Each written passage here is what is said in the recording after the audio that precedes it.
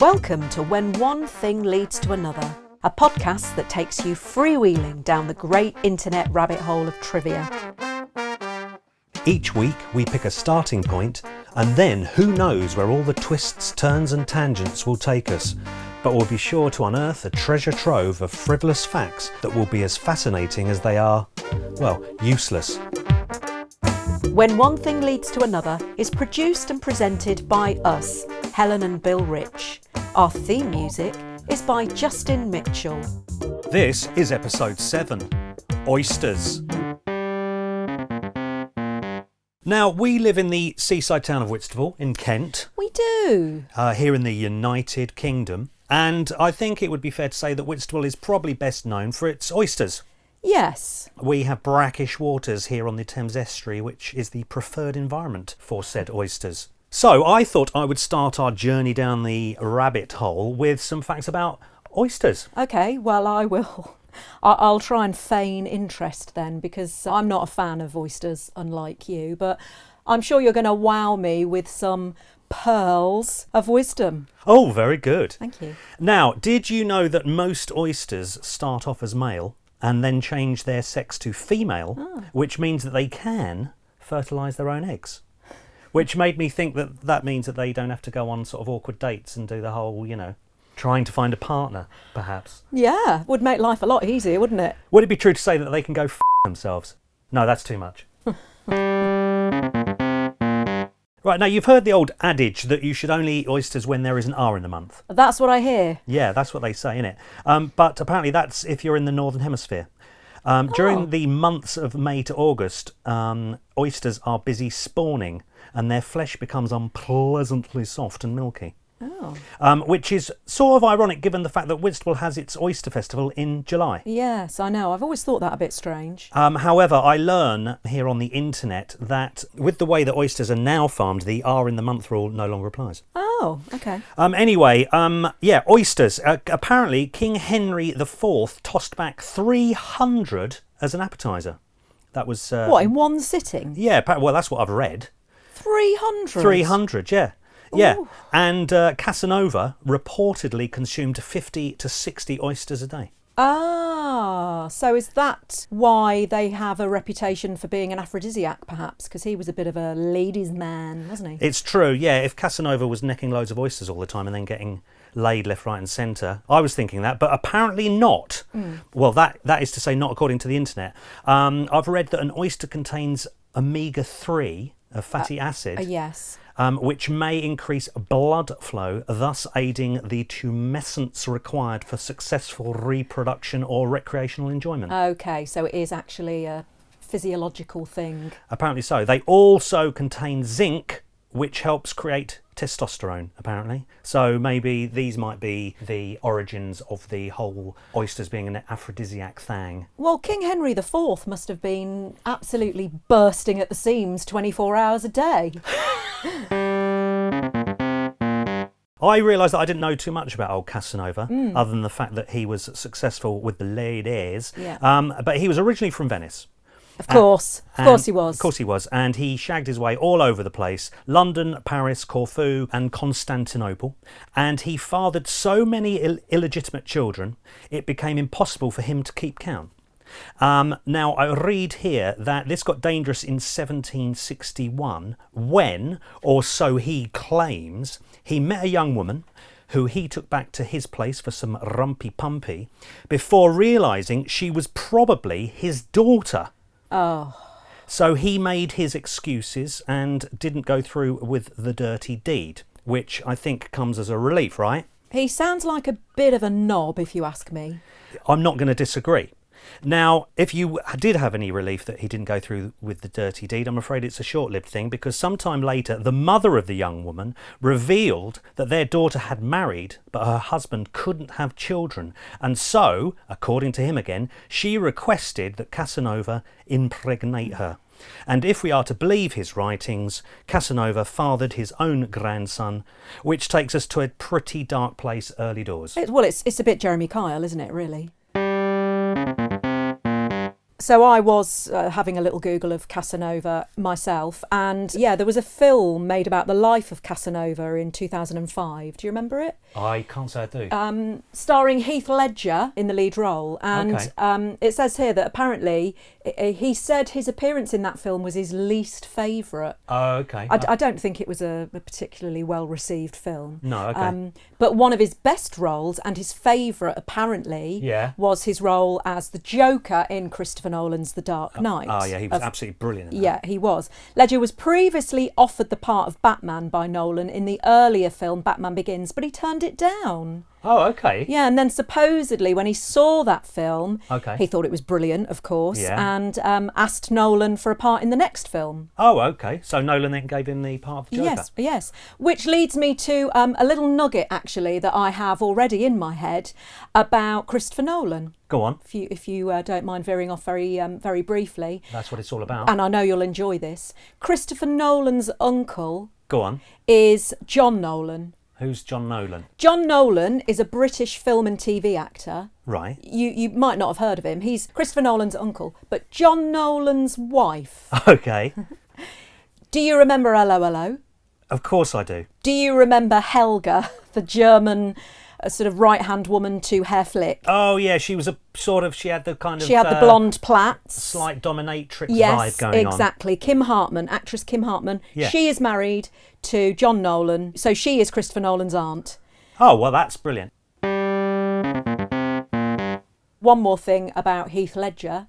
His name Yes. is actually inspired from the character Heathcliff in Wuthering Heights. And, okay. And his sister Kate is named after the character Catherine. I was just thinking it's an odd name, Heath. I've never met a Heath before. Yeah. So he was named after Heathcliff. Yeah. Ah. Yeah. And talking... So is his full name Heathcliff? No, Oh. it's Heath. Oh, okay. Just Heath. Okay, and talking of Wuthering Heights, Okay. the song rather than the book, Okay. Heathcliff, would you like to hear some Kate Bush-based facts? I would. Okay, John Lydon, Yeah, right. aka Johnny Rotten. Johnny Rotten, who I'm sure you know I'm a big fan of, not. That's about as far away from the truth as you can get. Yeah.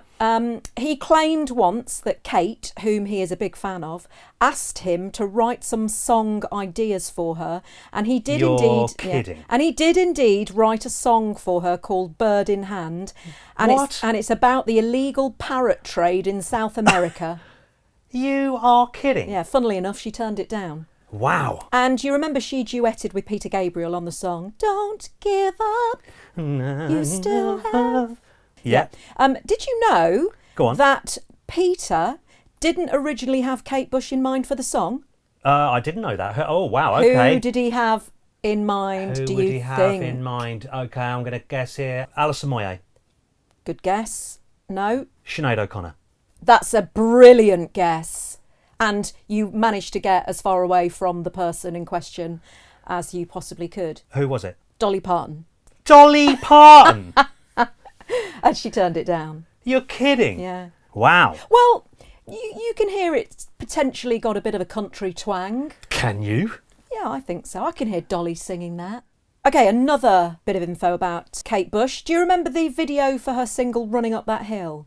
Where she's doing her I classic do. Kate Bush interpretive dance. I do, yeah. Well, MTV in Yeah. America thought that the video was too weird. Apparently described it as too esoteric. So instead of broadcasting that, they Yeah. used Kate's performance on the Terry Wogan show as the official video. And also, the dancer who appeared with Kate Bush Yeah. in that video, running up that hill. Yeah, I think they're pretty agile. They're sort of Yes. he's Thrown her about a he's bit. thrown her about a bit, Yeah. and she's sort of crawling all over Yeah. him. It's pretty good bit of dancing that. Yeah. Well, he was someone called, at the time, Michael Hervieux. Okay. And he went on to star in the musical Aspects of Love in Right. the West End in 1989 Okay. onwards. Yeah. And during the show's run, Yeah. he underwent gender reassignment surgery and Right. took on the name Misha. Right. And according to some reports, Misha moved to Jersey in the Channel Islands after a lottery win Right. and now works as a taxi driver over there. Well, how about that? Yeah. Right, can I get a rewind back to oysters, where we began? You sure can. Okay, did you know that they can live to the ripe old age of 20? Oh, oysters? Yeah, can you believe that? 20? Yeah, so you could potentially eat a 20-year-old oyster? I think that's right, yeah. No wonder you get the shits sometimes. Now, you mentioned that you're not a big fan of oysters. Not really. Well, I think that the author of Gulliver's Travels, Jonathan Swift, would agree with you, because he once said of oysters, and I quote, "He was a bold man that first ate an oyster." Well, he was a bold man that first ate sort of anything, really, if you think about it. Eggs. Yeah, that's true. Drinking milk from a cow's udder. Yeah. I mean, all of that takes a certain level of courage, doesn't it? Certain level and of courage. Grit. And hunger. Yeah. Anyway, back to Jonathan Swift. I Yeah. thought I'd have a little research of Jonathan Swift, and I found some interesting facts about him. Do you know that he invented the name Vanessa? What? Yeah, he invented the name Vanessa. He used it as his pet name for his girlfriend, Esther Van Homrey.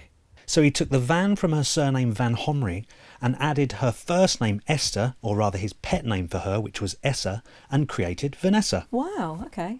It is also believed by scholars that Jonathan Swift wrote an essay called, and I quote, and you'll like this, "The Benefit of Farting Explained." Oh. It was published under the pseudonym of, get this, Don Fartinando Puff Endorsed, Professor of Bombast in the University of Krakow, and translated from Spanish into English at the request and for the use of the Lady Dump Fart of her Fartshire by Obadiah Fizzle, groom of the school to the Princess of Arsimene in Sardinia. But it's widely accepted it was, in fact, Jonathan Swift, who enjoyed a spot of juvenile pranksterdom. I think I would have got on with Jonathan Swift very much. Now, the crux of the essay detailed the health benefits of farting, as well as the harmful effects of holding one's farts in. Well, he has a point. According to Swift, or rather Don Fartinando, holding gas in can cause, and I quote, colics, hysterics, rumblings and belching. It's true. Swift further claimed that such a habit can have other effects on women as well. Ooh. Quote, "But in the women of a more strong constitution, it vents itself entirely in talkiveness. Hence we have a reason why women are more talkative than men," unquote. Well, that's a load of bollocks. So Swift concludes the essay with the claim most of the social characteristics which separated the sexes is due to retained gas. Okay, he's lost me there now. You've gone right off him. Now, according to Swift, if men and women both farted with the same gay abandon, there'd be nothing to separate their behaviours. Right, so I mentioned there that Jonathan Swift invented the name Vanessa. Yes. Well, it turns out he was quite partial to inventing new words completely. Oh, And yeah. one of which I read with interest is the word Yahoo. Oh. Which he had in Gulliver's Travels to describe an uneducated ruffian, or oik, as we might call them now. Ah. Do you know what you call a word that has been invented or coined in order to create a meaning that previously didn't exist? How I wish I could say that I did, but I don't. It's called a nonce word. A nonce word? How are you spelling that? Nonce. And Wikipedia have a page dedicated to the subject of nonce words. Right. And there's a warning at the top not to be confused with the word nonce, which is a very different thing. So the word rosa, Oh, yeah. a slang word for police officer, was a nonce word. I think a lot of people mistake it as Cockney rhyming slang, but it's actually a word invented by Anthony Burgess. Yeah, I was going to say. Yeah, okay, from for a Clockwork Orange. Yeah. Yeah. You know how the main character Alex and his droogs have their own language called Nadsat? That's right. Yeah, it was made up by Burgess using Slavic language for inspiration. Oh, okay. Yeah. Interesting. Yeah. I then went down a little rabbit hole of Anthony Burgess. Okay. In the late 60s, Burgess was keen to avoid the then 90% tax rate he'd have been liable for. Okay. He was earning a ton of money by then, so he and his wife jumped into a camper van and got out of the UK and drove all around Europe. Oh, okay. And while on their travels, Burgess wrote in the back while his wife Liana drove.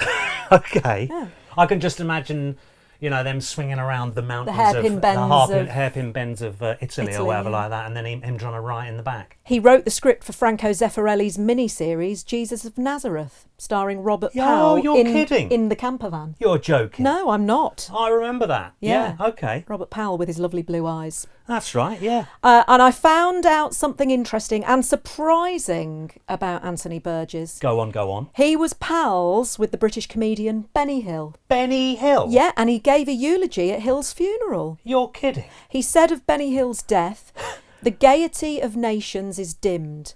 Oh, very nice. Yeah, isn't it? And Benny Hill, famously, got to number 1 in the UK charts with... Ernie, the fastest milkman in the West, right? Correct. It was actually the 1971 Christmas number 1. Was it? Okay. Yeah. He won an Ivor Novello Award for it in 1972. Less well known is the B-side to Ernie, called Ting-a-ling-a-loo. Right, Ting-a-ling-a-loo, yeah. Which is a music hall parody. Right. And Hill later suggested that his lyrics had been largely plagiarised in the Spitting Image 1986 hit song, The Chicken Song. You're kidding? Yeah, which is a bit rich, given Hill had based Ernie on a song by Frank Gallup. Right. Called The Ballad of Irving. Okay. Which itself was a parody of a song called Ringo by Lorne Greene, who incidentally was a star in the US hit drama Bonanza. Wow, nice string of tangential facts there. I like it. Yeah, and if you are thinking, well, how are the lyrics from the Chicken Song plagiarising Ting-a-ling-a-loo? Here are some of the lyrics from Ting-a-ling-a-loo. Please. I'll stick me finger in me ear and go ting-a-ling-a-loo. Me finger in me ear and go ting-a-ling-a-loo. I'll just be like Nelson at the Battle of Waterloo. I'll stick me finger in me ear and go ting-a-ling-a-loo. Okay, yeah. So it's similar to our stick a chicken in the air, was it? Hold a chicken in the air, stick a deck chair up your nose. Okay. Yeah, I guess you can. There are similarities, but the fact that Benny Hill had plagiarised someone else seems a bit rich, as you said. Yeah. So you know the famous Benny Hill music, the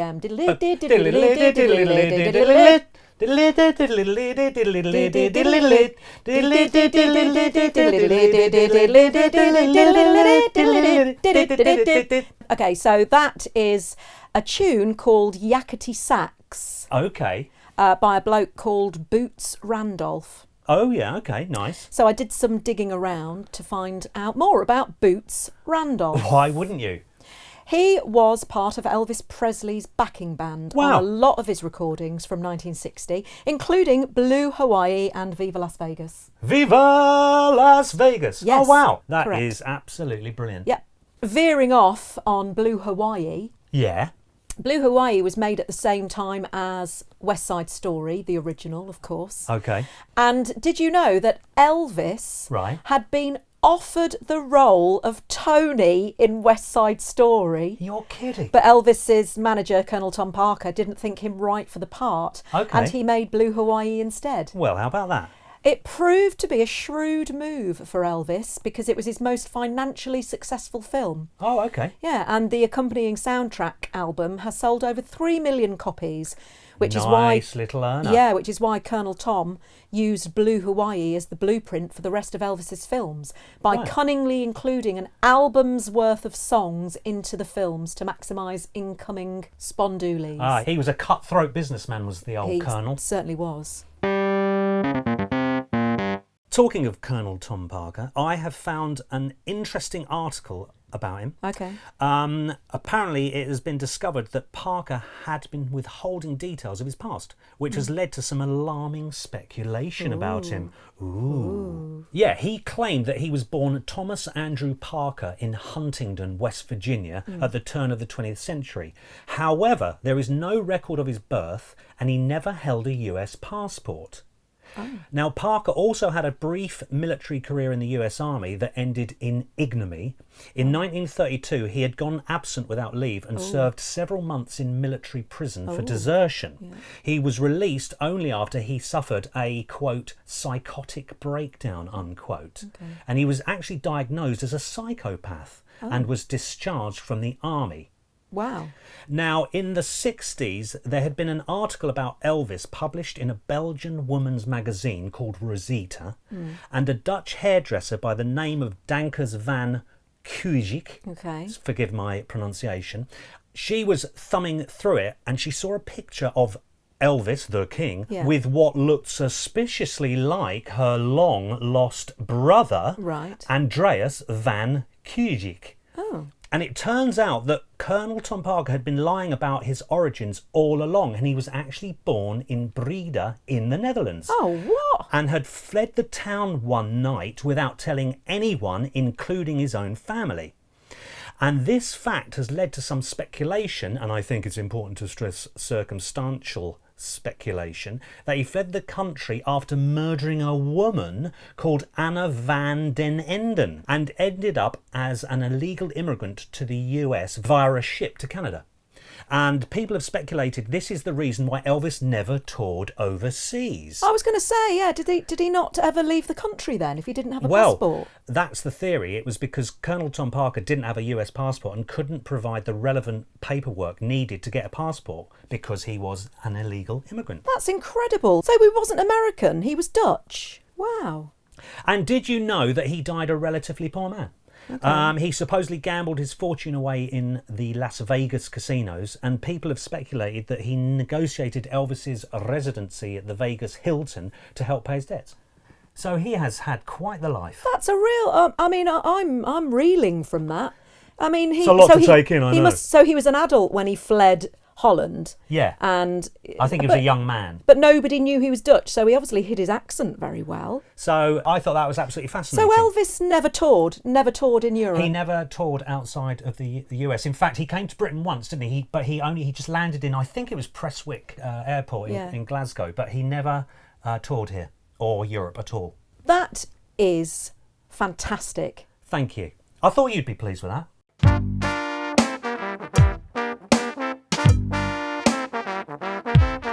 Thank you for listening to When One Thing Leads to Another, a podcast produced and presented by us, Helen and Bill Rich. If you've enjoyed this episode, then please rate and review us on wherever you get your podcasts. And don't forget to subscribe, and that way you'll never miss an episode. We'd also love to hear from you, especially if we've got any of our information wrong, or you have some more fascinating facts about something we've talked about, or you could even suggest a subject for our starting point. Our email address is whenonethingleadstoanother@gmail.com. A massive thank you to Justin Mitchell for letting us use his music as our theme song. It's a track called Homo Erectus, taken from his fantastical album called The Garden of Earthly Delights, which is available to buy from bandcamp.com. Thanks also to Acast for hosting us. Join us next week for another episode of When One Thing Leads to Another. Please note that all facts have been found on the internet and therefore we cannot vouch for their veracity.